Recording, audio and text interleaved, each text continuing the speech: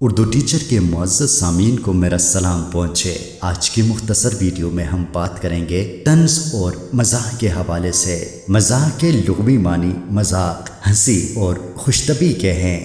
ادبی اصطلاح میں مزاح سے مراد ایسی تحریر ہے جو روزمرہ زندگی کے تواتر و عمل اور مشاہدے و تجربے سے بالکل جداگانہ ہو۔ وہ غیر مصنوعی اور حقیقی مسکراہٹ یا ہنسی کا باعث بن جائے۔ مزاح کی خصوصیات میں ایک ضروری خصوصیت یہ ہے کہ یہ نہ تو کسی کا دل دکھانے کا سبب بنتا ہے اور نہ کسی کی تذلیل کا باعث ہوتا ہے۔ مزاح انسانی مزاج کی گرانی، تھکن اور بے دلی کو ختم کر کے سکون، محبت اور خوشدلی کے جذبات کو جنم دیتا ہے۔ برطانوی ادیب اسٹیفن لیکاک مزاح کی تعریف یوں کرتے ہیں: مزاح زندگی کی ناہمواریوں کے ہمدردانہ شعور کا نام ہے جس کا اظہار فنکارانہ طور پر ہو جائے۔ اس سے پتہ چلتا ہے کہ زندگی میں جو ناہمواریاں ہیں، مزاح کے ذریعے ان کو ہمدردانہ انداز میں سامنے لایا جاتا ہے، ایک ایسے انداز میں جس سے نہ کسی کا دل دکھے اور نہ کسی کے لیے پریشانی کا باعث ہو، اور انسان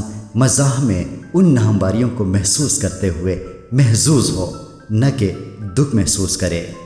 طنز کی بات کریں تو طنز کے لغوی معنی طعنہ اور تمسخر کے ہیں۔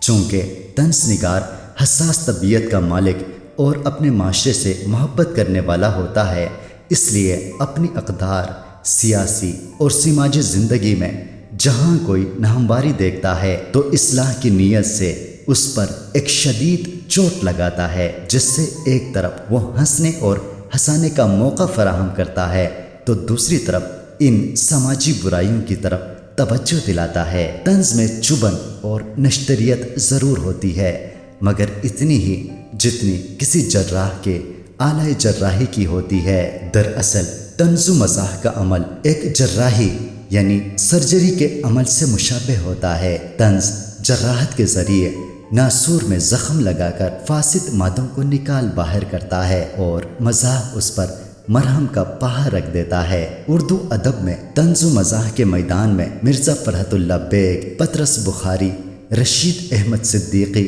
مشتاق احمد یوسفی اور ابن انشا کے نام قابل ذکر ہیں۔